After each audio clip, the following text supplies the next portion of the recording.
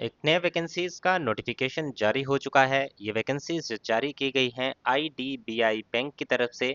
Vacancies है यहाँ पे इंजीनियरिंग ग्रेजुएट्स के लिए। अगर आप इंजीनियरिंग बैकग्राउंड से हैं तो आपके लिए एक नया वैकेंसीज का नोटिफिकेशन जारी हो चुका है। सरकारी बैंक के द्वारा ये भर्ती का नोटिफिकेशन यहाँ पे जारी किया गया है। इन वैकेंसीज की बात करेंगे आज की इस वीडियो में। कौन सी पोस्ट यहाँ पे निकली है, क्या एलिजिबिलिटी क्राइटेरिया रहेगा, कैसे इसमें सिलेक्शन प्रोसेस रहने वाला है, और किस तरह से जो है एग्जामिनेशन यहाँ पे कंडक्ट होंगे, कैसे अप्लाई करना है, कौन सी इंपॉर्टेंट डेट्स रहेंगी, सारी बातें इस वीडियो में डिस्कस करने वाला हूँ। तो इस वीडियो को अंत तक पूरा देखिएगा ताकि आपको हर एक जानकारी अच्छे से समझ आ सके और कोई भी इसमें एरर आपसे ना हो सके जब आप एप्लीकेशन फॉर्म भरें या फिर इस एग्जामिनेशन के लिए प्रेपरेशन करें। तो स्टार्टिंग करते हैं यहाँ पे। तो बैंक है यहाँ पे जिसके द्वारा वैकेंसीज जारी की गई हैं, आईडीबीआई बैंक। यहाँ पर एप्लीकेशन फॉर्म भरे जा रहे हैं डिफरेंट वैकेंसीज के लिए 8 अप्रैल 2026 तक। ऑनलाइन माध्यम से ही एप्लीकेशन फॉर्म यहाँ पे भरे जा रहे हैं। इसका लिंक आप यहाँ पे देख सकते हैं एप्लीकेशन फॉर्म को भरने का, या फिर आप हमारे जब टेलीग्राम चैनल पे जाएंगे वहाँ पे भी आपको इसका डायरेक्ट लिंक मिल जाएगा एप्लीकेशन फॉर्म को सबमिट करने का। उस लिंक पे सिर्फ आपको क्लिक करना होगा और डायरेक्टली आप एप्लीकेशन फॉर्म पे पहुंच जाएंगे। अब यहाँ बात करें वैकेंसीज कौन कौन सी पोस्ट के लिए है। पोस्ट है यहाँ पे audit information system, risk management information security, information technology and MIS, IT and MIS, security officer. तो ये चार अलग अलग टाइप की वैकेंसीज जो हैं यहाँ पर जारी की गई हैं। अब इसमें बात करें कि आपका एलिजिबिलिटी क्राइटेरिया क्या रहेगा और एज लिमिट क्या मांगी गई है। पहली जो पोस्ट है ऑडिट इंफॉर्मेशन सिस्टम के, ये एक ग्रेड सी की पोस्ट है जिसके लिए आपकी एज 28 टू 40 होनी चाहिए, यानी कि 28 साल से लेकर 40 साल के बीच में होनी चाहिए। आपने बीई बीटेक किया होना चाहिए। कौन कौन सी ब्रांचेज एलिजिबल रहेंगी, तो आपने IT, electronics and communication, software engineering, electronics and electrical, electronics, computer science, digital banking, BCA, BSc computer science, IT, in field में जो है अपनी क्वालिफिकेशन की होनी चाहिए। या फिर इसके अलावा अगर किसी कैंडिडेट ने MSc किया हुआ है IT या कंप्यूटर साइंस में, या फिर MCA या फिर ME MTech किया है IT में, इलेक्ट्रॉनिक्स एंड कम्युनिकेशन में, इलेक्ट्रॉनिक्स एंड इलेक्ट्रिकल में, electronics, software engineering, digital banking या फिर कंप्यूटर साइंस में, ऐसे कैंडिडेट भी यहाँ पे एप्लीकेशन फॉर्म भर सकते हैं। इस पोस्ट के लिए आपके पास मिनिमम 7 साल का एक्सपीरियंस जो है एज एन ऑफिसर या उसके इक्विवेलेंट होना चाहिए किसी BFSI में या फिर IT में या फिर इंफॉर्मेशन सिक्योरिटी कंसल्टेंसी में। तो इस तरह का एक्सपीरियंस भी आपके पास होना चाहिए। बाकी पूरी जानकारी आप इस नोटिफिकेशन का PDF डाउनलोड करके देख सकते हैं हमारे टेलीग्राम चैनल से। अब नेक्स्ट जो पोस्ट है यहाँ पे वो है रिस्क मैनेजमेंट इंफॉर्मेशन सिक्योरिटी की। इसमें एक है ग्रेड सी की पोस्ट और एक है ग्रेड बी की पोस्ट।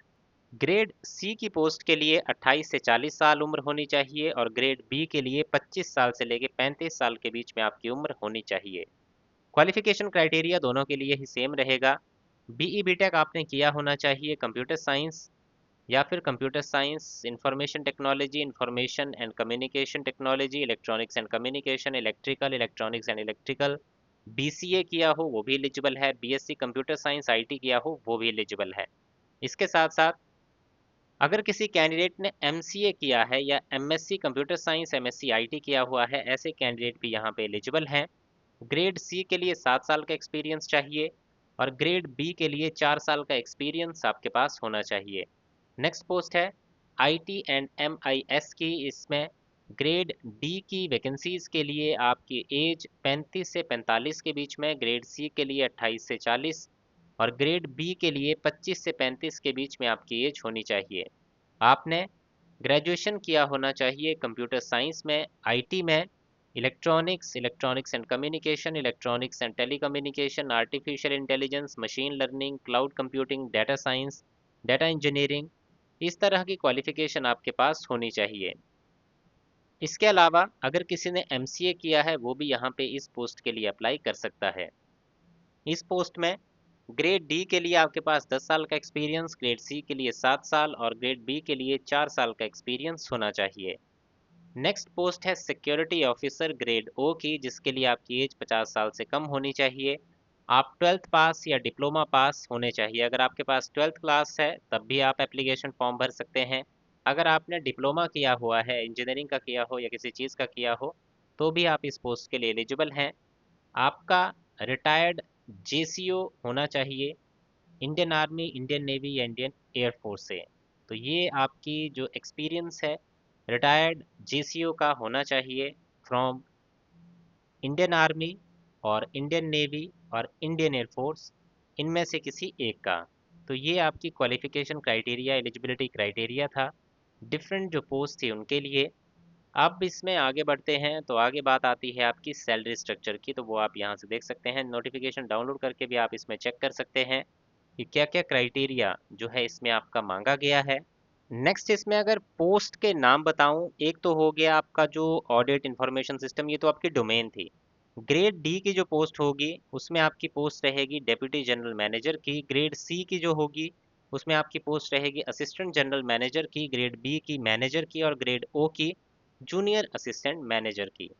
इसमें अब आगे अगर बात करें other eligibility condition, other criteria की, तो इसमें आपका बताया गया है एप्लीकेशन फॉर्म भरने का, जो आपको ऑनलाइन माध्यम से भरना पड़ेगा, जिसका लिंक आपको हमारे टेलीग्राम चैनल पे मिल जाएगा। बाकी इसमें अगर आप डेट ऑफ बर्थ भी चेक करना चाहते हैं तो आप इसमें 15 नंबर पेज पे जो नोटिफिकेशन पीडीएफ का है उसमें अपनी डेट ऑफ बर्थ भी चेक कर सकते हैं। अगर आप रिजर्व कैटेगरी से बिलोंग करते हैं तो यहाँ पर सेंट्रल गवर्नमेंट के द्वारा जो आपको इसमें लाभ दिया जाता है एज का, वो क्राइटेरिया यहाँ पे भी सेंट्रल गवर्नमेंट का फॉलो किया जाएगा। एप्लीकेशन फॉर्म भरते समय 1050 रुपये की एप्लीकेशन फ़ीस आपको पे करनी होगी, और रिजर्व कैटेगरी से आते हैं तो 250 रुपये की एप्लीकेशन फ़ीस आपको यहाँ पे करनी है। तो ये था इसमें पूरा डिटेल्ड इन्फॉर्मेशन वैकेंसीज़ के बारे में। फिर भी अगर आपका कोई भी किसी भी तरह का डाउट बचा हो तो आप कमेंट सेक्शन में कमेंट करके पूरी जानकारी हमसे ले सकते हैं।